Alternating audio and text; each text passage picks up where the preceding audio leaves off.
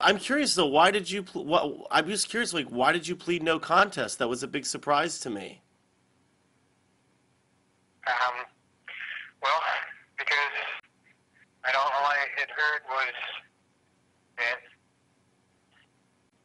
people believed I killed my kids, and I didn't need a jury saying, "Yeah, let's put him in life. Let's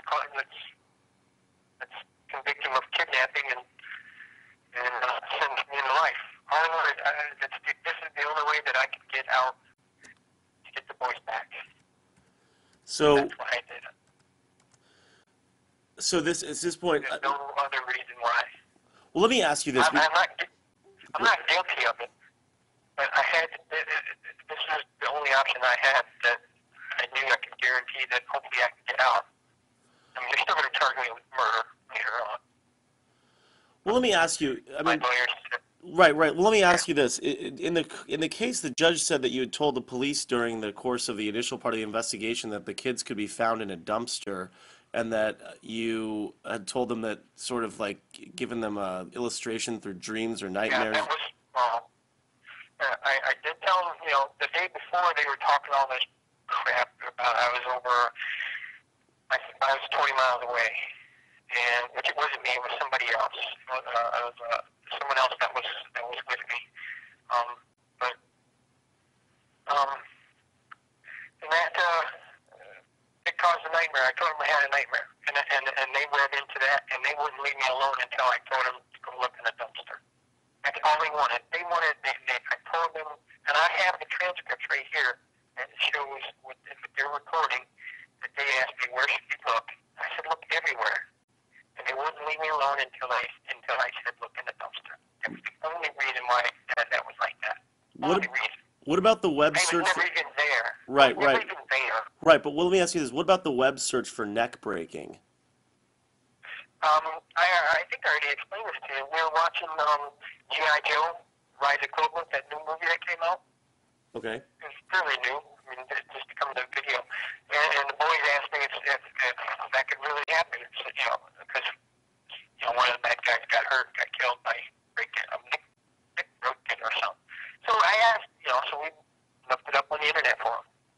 We ended up over to Wikipedia and stuff like that. But it wasn't. It was research for my boys to try to help, understand why. I didn't know Right. this was Hollywood. You have 1 minute remaining. Okay. So, So, as far as me, and also Judge Miller had said that I put the kids in my van. I did not say that. I put the kids in Virgil's van. It was a white or silver van. I never put them in my van. So. so you're saying, yeah. So you're saying the kids are still alive. Yes, I know they are. Okay. Yes. Um, This is just what the prosecution did, and they had to put that in there so that she could find some kind of factual basis. It's not factual. This is just that's the bad thing about innocent until proven guilty, and my Fifth Amendment right. It doesn't cover what people think, and the prosecution wrote that little fiction. If they wouldn't add these charges, the boys could have been back within 3 months from now. They don't believe me. So that's their loss. That's Tanya's loss, that's my loss, and it's my parents' loss, and Tanya's parents' loss. Everybody loses because nobody cares and nobody believes me. They just want to believe Tanya. My boys are going to stay safe away from Tanya. If I could just keep Tanya out of it, then the boys would come back. But I can't, so I'm going to back out of it.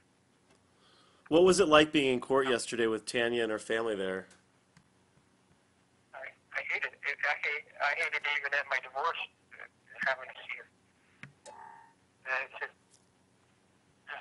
I don't understand why people believe her story and they don't believe me. Well, here's the thing, John. I mean, I'll tell you. I mean, I'm not that close with Tanya, but I mean, I think the problem is you haven't produced any evidence that the boys are alive. So I mean, I think that's where the frustration lies. You know what I'm saying? I mean, Well, if you could prove that they were still alive, I'm sure, you know, yeah. That's and that's where it works to my disadvantage because I can't. I don't know how to get a hold of these people. I don't know where my boys are.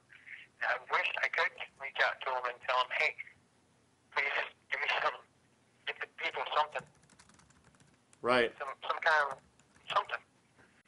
But I mean, I can't. I can't. What about the part where you said that you? And I know we've been over this. I'm just curious. The judge had said something about you had wrapped the boys in blankets and driven them off somewhere. Was that in reference to giving them to Virgil? Yes, yes. I had them in their pajamas and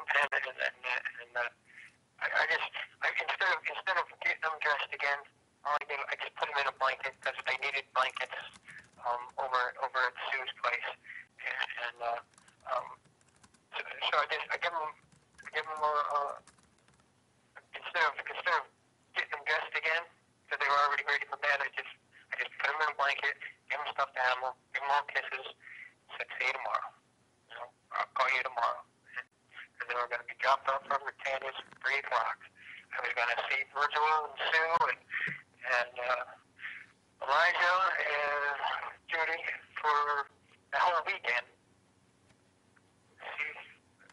See if I wanted to help. See where the boys are going to be. See what it was just going to be a temporary thing. Wednesday, and they're talking about they also talked about the toothbrushes and coats and stuff. But the coats, all I did was just threw some coats in off the coat rack and took them over to my cousin's. Accidentally, the boys was in there. Sorry.